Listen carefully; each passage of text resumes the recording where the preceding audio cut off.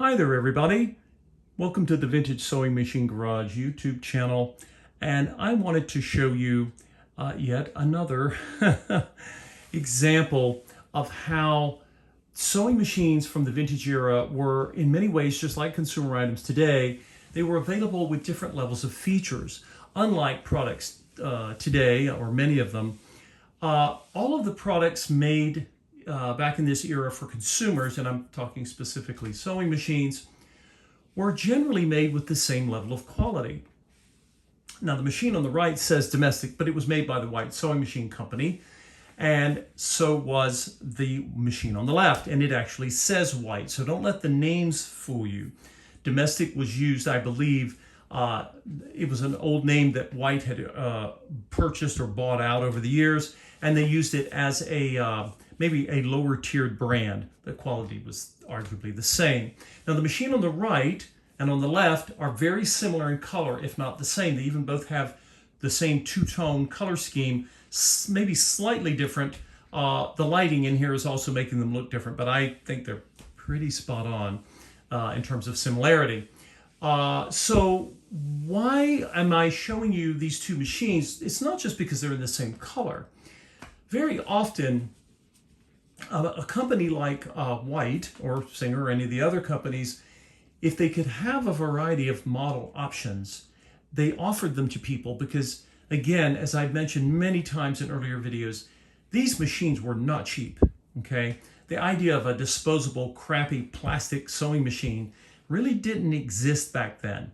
So if you went to a 1950s or 1960s equivalent of the dollar store, it might have been a five and dime, F.W. Woolworth, Murphy's. There were many competing outlets. You didn't buy sewing machines there. You went to a department store, or you went to a sewing machine dealer, such as White or Singer, and you would buy. This was a big purchase. It was a serious purchase. These machines were designed. They were very essential for families to have, and they bought, they wanted to buy quality. And even though the machine on the right is, I'm going to estimate it's somewhere around 1953, 54-ish, and the machine on the left is more like 1962, 63, so there's about 9-10 years difference, maybe a little less. But even in the 1960s, when zigzag becomes more and more popular, for home sewing machines, you could still get a straight stitch sewing machine. So if you went to the White dealer in 1962, 63, and of course they would probably want to show you one of their fanciest machines. This would have been one of them, although it's in a carry case. That's a theme lately. That's how I've been finding machines. It is more practical for me to bring them home when I'm wanting to work on them. But my point is, notice that the body style changed from, say, the 50s, and they may have still even offered something that looked like this in the 60s. I don't know.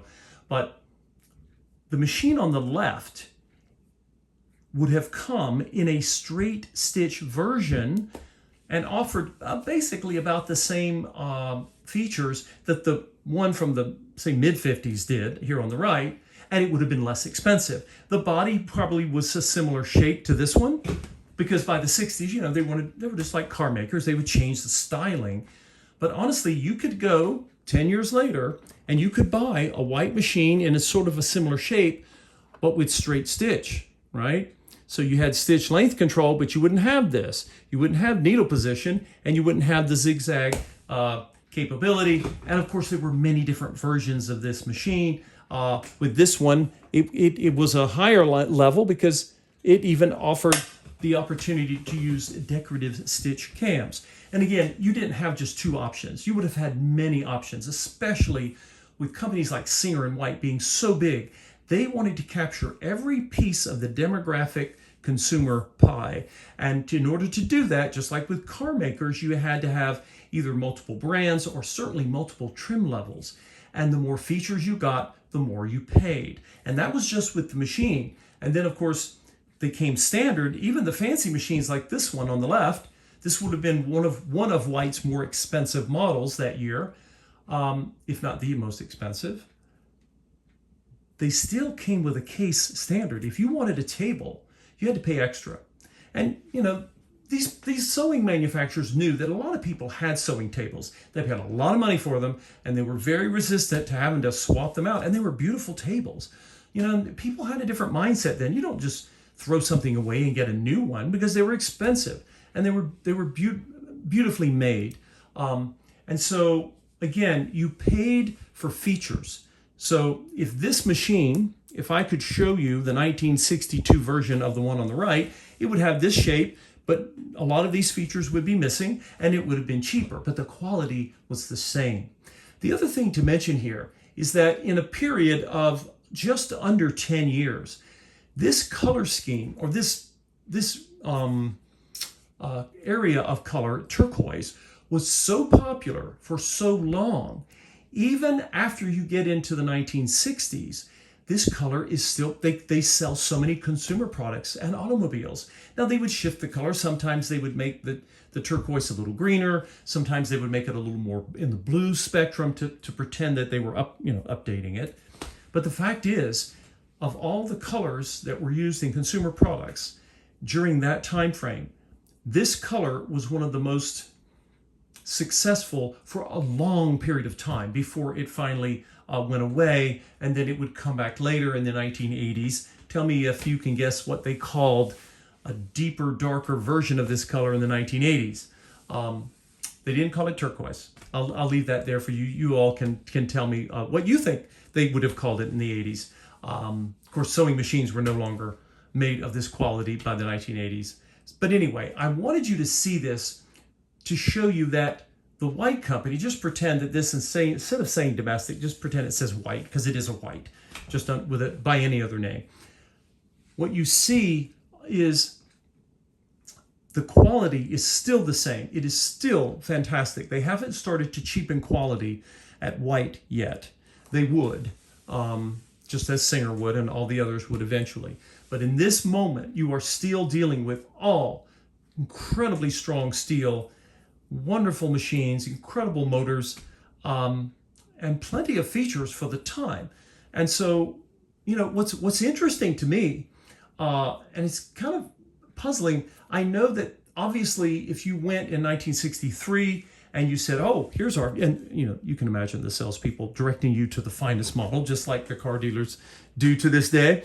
And yet, if you said, well, that's kind of pricey, you could fall back to say maybe you could get one with zigzag but no decorative stitch cams, which was an upselling point. And a lot of people never use their stitch cams because a lot of the times when I get cams didn't come with this machine. They got separated from it, or who knows, maybe the customer said, I'm not paying you that silly upcharge for plastic cams or whatever. Who knows?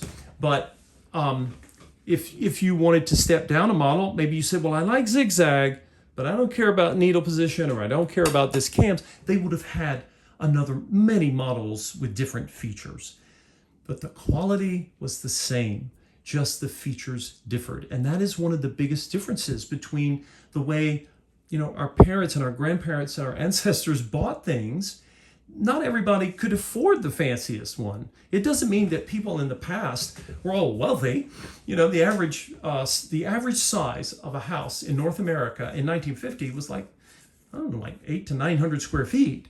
So it's not as if people were just rolling in dough, but they were insistent on getting something that was made well. And if they couldn't afford the fanciest with all the doodads, they would get something in their price range. And there would have been many models between the one on the left, and you would keep going down and down, and you would get finally to, say, the straight stitch model. And again, by 1960, the 55 model, maybe they changed the body shape, to this one. So what? It still only had basic features. They still both use the Class 15 bobbin that Singer invented, and they're both fantastic machines. So again, what is curious though is by the 60s, when zigzag had become so popular, and yet they would still sell at White, at Singer, and all the European brands, the department store brands, they still sold lots of dedicated straight stitch machines. How curious that is. And it may have been due to cost, But I think there was something else going on as well. Many of these machines were financed, by the way. People didn't just go in and say, well, I'll have one of those. Many people would buy them on credit. And they would have been given incentives, even with credit, to buy the fancier model. But I would imagine that you have to remember that anyone who was sewing at this time, you had younger people, but you also had people who had never had zigzag. And, you know, when you've been using a machine and you have sewing techniques that you have used all your life, and your mother or your father or, you know, your prior generations had straight stitch machines and they made beautiful clothing. So I'm trying to imagine a consumer going into a white dealer and saying, well, I don't know, straight stitch is good enough for mom or grandmom or granddad. If you're, you know, there were men who sewed as well, but there were lots of women, obviously, that sewed in the home. And yet, you know, imagine you're trying to sell someone the fancy one because you want to. I'm guessing that the profit and the commissions were higher on the fancy machines, but people still said no, straight stitch will be fine. So they had something for everyone, but I don't know that I've had turquoise machines before. None of the people who routinely watch my channel, none of you will be surprised that I picked one of these. White machines are, along with Kenmore's and some of the other Japanese clones here and there, they're just incredible. The quality is amazing. And I never tire of working on them. So that's why I've never really answered the question, what is my favorite machine? I don't have one single favorite. But any machine that you see me make videos on over and over again, yes, they may be more plentiful, but I also choose them because they are just a dream to work on, and they are my favorites in terms of the way my clients respond to them. They really like using all of the machines that I've ever shown on the channel. People all have their bias. Some of you are absolutely, you love European machines. You think they're awesome. I think they're awesome too. They can be a real pain to restore and quite costly because parts are hard to find. And some of them were engineered in ways that make it difficult for the owner or someone like myself years later to service. But in terms of just consistent quality and being able to get them to sew gorgeous stitches again, I think all of you have probably figured out, if you've watched enough of these videos that I posted, you can tell the machines that I gravitate toward quickly. If I had to choose, you know, between various different brands, this is, and not because of the turquoise color. These machines came in different colors. You could get a beige machine in the white, I think, in the white zigzag here, and I think they also, in addition to the turquoise, they have black and beige as well. But anyway, I don't know why, but it seems to be the theme this month. I just found them. I'd have no way to control which machines are going to appear available to me locally. And when they come, when I see them, I reach out and I offer to purchase them and rescue them.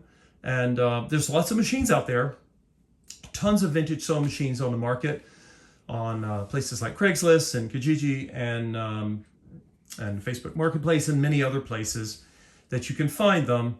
But I tend to gravitate towards certain machines again and again, especially this one here. I've done so many restorations of this, and I saw it and I thought, oh, absolutely, of course I will. They're incredible. So more information to come on these machines as I go through the process of overhauling them, but I couldn't help but show them both of them to you together, to imagine going into a dealership in 1960 and seeing all the different choices you had, all of which were expensive. Even the straight stitchers were not cheap. And then trying to imagine, how did a consumer say, well, I don't know, maybe zigzag could be a thing. Something we take for granted today. But new technology is always interesting in terms of how we adopt it and how quickly. Anyway, I hope this video was helpful and informative for you when you try to imagine the days when people went shopping for sewing machines and all the choices they had and all the money they had to spend on those choices. Thank you all for watching. We will see you next time.